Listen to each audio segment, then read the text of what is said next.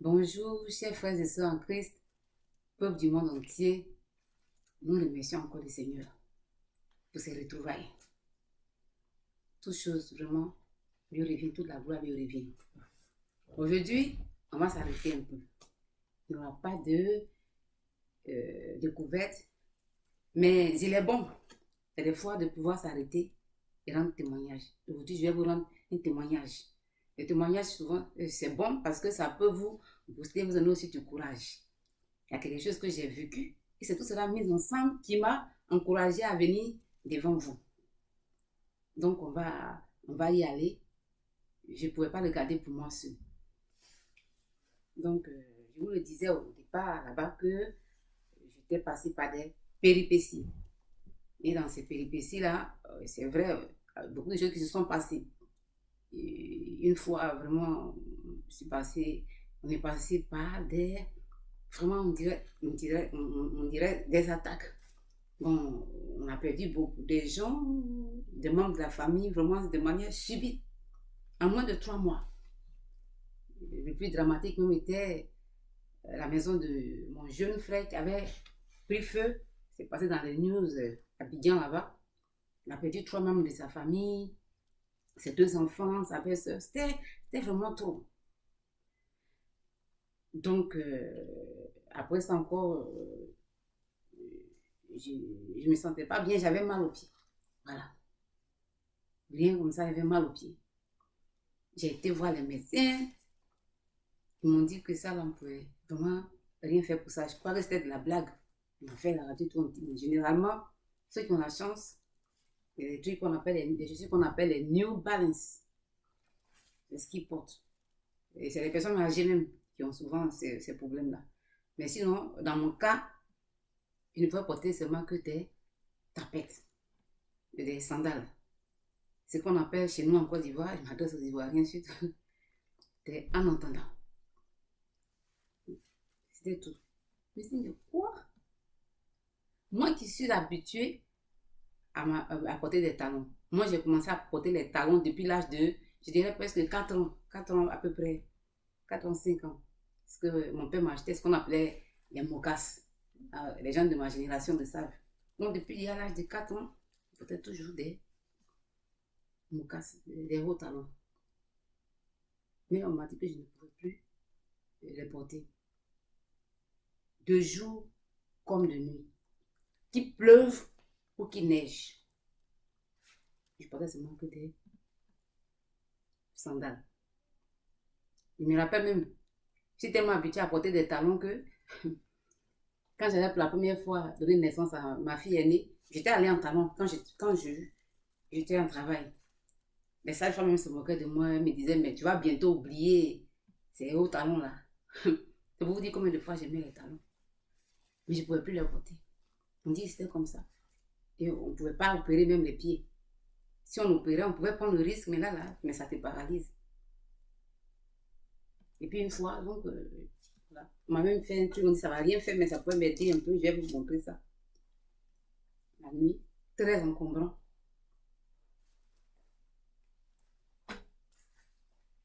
Je devais me résigner à ça. Donc une fois, un dimanche, je suis allée faire du sport. Malgré cela, je faisais du sport, mais dans les standards. Donc dès que je suis allée en salle de sport, une salle de gymnastique, donc dès que je suis montée sur l'appareil là, je me suis énervée. Je dis, je ne fais plus de sport. Mais mes amis, on ne se fâche pas contre. J'étais fâchée, mais contre qui, je ne savais pas. Pas contre Dieu. Mais j'ai dit, je ne fais plus de sport. Donc, je suis allée dans ma voiture, là. Je me suis assise. Et là, mes amis, je vous dis, j'ai coulé des larmes. J'ai vraiment coulé des larmes. Généralement, je ne coule pas des larmes parce que je me dis que devant une situation, tu coules des larmes ou pas, mais ça ne va rien changer. Mais je me suis mise dans la voiture, je me suis mise à poser des questions à Dieu. Mais attends, Seigneur, moi, je ne te comprends plus. On vient de quelque part, tu m'as dit que tu voulais m'utiliser. Les gens me l'ont dit aussi. Et je ne comprends plus ce qui est en train de se passer. Ou bien c'est l'ennemi qui me blague. Il vient me dire que le Seigneur va m'utiliser comme ça, je vais venir parler, puis je serai humiliée. Est-ce que c'est toi qui me parles? Laisse-toi à Jésus. J'étais dans ma voiture, là, je me posais toutes ces questions-là. Un dimanche soir. Bon, après, j'ai pris ma voiture, je suis allée pour faire des courses. Un peu comme à Sococé, là, ou bien à Auchan en France, ou bien ainsi de suite, dans un supermarché. Quand j'allais faire le sport, j'avais dit à ma petite dernière que j'allais partir faire des achats. Elle m'a demandé de lui acheter des ice cream. J'ai refusé parce qu'elle n'avait pas fait certaines choses, donc je voulais la punir. Je dit, mais les glaçons, c'est des récompenses, donc quand tu n'as pas fait, je n'allais pas le lui acheter. Donc, je suis allée faire mes achats. J'ai tout fait, j'ai fait ces achats-là, à peu près 20 minutes comme ça. Et puis, mais, on connaît tous le cœur des mères. À la fin, je me suis dit, bon, je vais lui acheter quand même ces glaçons-là. Donc, j'entre dans l'aile là. On vend des glaçons. Dès que je rentre, je vois quelqu'un qui vient du côté opposé. Quelqu'un qui a l'allure, en tout cas, il pointe d'abord, il pointe la main sur moi.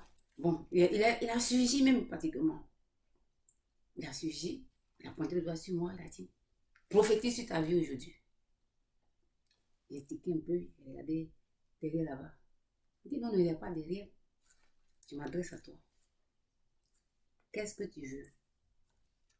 Prophétise sur ta vie aujourd'hui. Tout ce que tu vas demander à Dieu aujourd'hui, il va te donner ça. Comme je l'ai dit, quelqu'un qui a la lue, on me prendrait, comme on dit ici, comme un homeless. On appelle chez les Français un sans domicile fixe. Là-bas, naissance de 2 jours. Bon, en tout cas, je dirais qu'il était en haillon. Habillé en haillon. En tout cas, c'est quelqu'un que d'autres personnes peut-être se seraient méfiées ou bien alors auraient pris un peu de distance. Tu aurais eu un peu peur. Il s'est approché de moi et dit, moi, j'ai passé là-bas. Quand le Seigneur m'a envoyé pour venir te parler, qu'est-ce que tu veux? Tout ce que tu vas demander à Dieu aujourd'hui va te donner. Mes amis, moi, je n'ai pas réfléchi. Il a dit, je ne veux plus être malade. Puis j'ai demandé autre chose, mais ça, ça concerne quelqu'un d'autre, je ne vais pas vous le dire. Il a dit, bon, je vais prier pour toi, parce que le Seigneur m'a envoyé pour cela. Mais avant de prier pour toi, je veux te parler. Ok. Il dit, vous voyez, il a commencé comme ça dans votre génération. Dans votre génération, vous passez votre temps dans vos églises à critiquer vos pasteurs. Il dit, mais je parle des vrais pasteurs. Vous les critiquez jusqu'après, quand vous êtes malade, vous partez, maintenant vous mettez en bas de vous voulez qu'ils prient pour vous. Quand ils prient, et quand ça ne marche pas, vous mettez encore à les critiquer. Il m'a demandé, il s'adressait à moi comme si il savait que j'étais une chrétienne. Parce que dans un coin, tu peux rencontrer n'importe qui. Je peux être hindou, je peux être, enfin, d'autres religions. Il dit, mais la sœur d'Aaron, dans la Bible, qu'est-ce qu'elle a fait? Il m'a demandé comment est-ce qu'elle s'appelle. J'ai dit Marie, voilà, d'autres l'appellent Marie, d'autres l'appellent Myriam, mais qu'est-ce qu'elle a critiqué? Moïse. Et qu'est-ce qui s'est passé? Ah, je connais bien cette histoire. Mais elle a eu la lèpre, mes amis. Il a continué. Mais il m'a aussi rassuré, il dit, c'est pas toi, c'est pas ton cas. C'est arrêté, dans ton cas, c'est dans ton enfance. Il dit, ah, heureusement, il a continué dans votre génération. L'inceste est tout. Les familles même dites chrétiennes, l'inceste est tout. Dans votre génération, vous voyez un peu ce que vous faites là. On peut parler un peu de homosexualité. Il dit, dans votre génération, vous ne respectez même pas. Il n'y a pas de respect à l'école, partout. Quand il a dit ça, j'ai failli dire, mais bon, dans votre génération, monsieur, quand je le regarde là, mais il ressemble à quelqu'un qui peut être entre 55 et 60 ans. Et il parle à moi, il pense que je suis une élève ou bien. Enfin, il dit, mais attends, de quoi je l'ai? Je vais lui dire, mais pas c'est tous de la même génération, moi je suis pas loin de la retraite. Donc je n'ai rien dit, mais après j'ai compris qu'il parlait, il généralisait. Il a parlé, il dit, voilà. Tout ça, vous le faites dans votre génération. Il a parlé. Le Seigneur m'a envoyé pour te dire 2 mots. 2 mots. Et ces 2 mots-là, il faut les retenir toujours. Tu as compris? Il m'a demandé 3 fois, j'ai compris, il m'a dit bon. En anglais, c'est encore plus bon à entendre. faith and fear. Faith and fear. C'est-à-dire la foi et la crainte. Tu ne peux jamais dire que tu as la foi, mais si tu as peur. Tu m'entends? Je dis, tu ne peux jamais dire que tu as la foi si tu as peur. Regardez. Et voilà. Chaque fois, il faut dire la parole de Dieu. Speak the word. Speak the word. Tu as quelque chose, tu es malade, speak the word. Quel que soit ce que c'est, speak the word. Tu as compris? Regarde, il s'est retourné à monter son épaule. Il a retourné, il dit, tu vois ce que j'ai sur mon épaule là? Moi, je suis retourné, en tout cas, j'ai regardé, je n'ai rien vu. Il dit un jour, c'était blessé. Mais je ne faisais que utiliser la parole de Dieu. La parole de Dieu sur ça. Mes amis, c'est ce qu'il m'a dit, ce que je vous dis, jusqu'à ce que ça guérisse. Et moi, je vous le dis, moi aussi, pas ce que le monsieur me dit, mais c'est effectivement vrai. On a tout dans la parole de Dieu. Je m'adresse souvent, surtout aux nouveaux chrétiens. Dans le psaume 3, c'est pas ça seulement. Beaucoup de choses dans la Bible, tu trouves les paroles qu'il faut. Même dans Deutéronome 7, je crois, verset 15 ou bien vice versa, je ne sais plus. La parole de Dieu dit qu'il ne nous laissera pas avoir les mauvaises maladies d'Égypte. Il a parlé. Il dit always speak the word. C'est-à-dire que tu as quelque chose, demande la parole de Dieu. Est-ce que tu m'as compris? J'ai dit oui. Et voilà. C'est pourquoi ici je viens te parler. Tu gardes ces deux mots-là. Ne dis pas. Maintenant tu vas te confesser puis je vais prier pour toi. Pourquoi je parle encore aux nouveaux chrétiens, aux nouveaux convertis. Souvent on va devant Dieu, on dit qu'on va revoir les étapes de la prière. Je l'ai dit la fois passée, mais c'est ça. Dès qu'on va naître au Seigneur, merci, on s'en demander à Seigneur, agis, bien. Toujours tu vas devant Dieu, il faut te confesser. Personne n'est ici. Moi, je l'ai fait. Mais ce qui m'a vraiment, comme je l'ai dit toujours, qui m'a vraiment ému. Le monsieur, quand il a dit, bon, monsieur, confessé, dit, bon, je vais prier pour toi. Il a sorti de sa poche, il avait de l'huile, il avait une croix. C'est un monsieur qui avait un accent de ce qui était amusant, c'est que nous on avait un accent. Lui, il avait un accent, tu le prendrais pour quelqu'un qui vient d'Italie ou bien du Moyen-Orient. Il avait un accent, c'était un âge là-bas. Mais vraiment, monsieur qui, vraiment, il fait peur. C'est pour ça qu'il dit toujours qu'il faut aimer les gens. Il ne faut pas.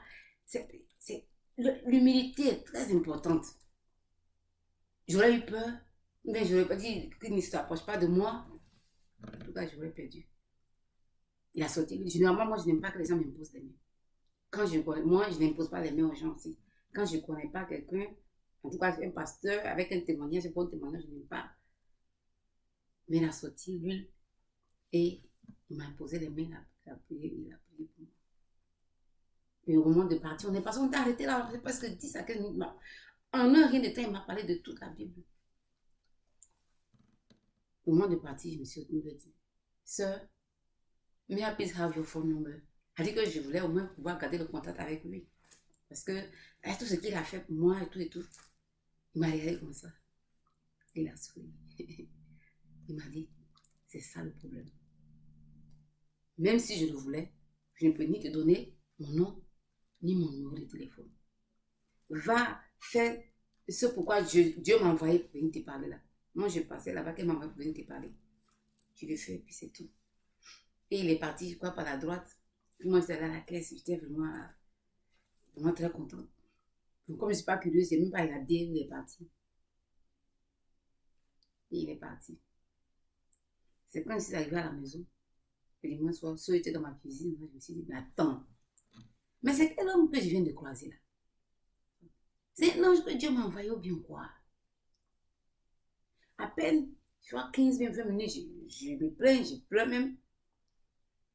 Je conduis, je vais quelque part, et quelqu'un vient me dire que le Seigneur l'a envoyé. Jésus l'a envoyé pour venir me parler de moi. Est-ce que c'est un ange? Je me suis posé la question. Je me suis dit, mais attends, j'aurais dû demander à être riche.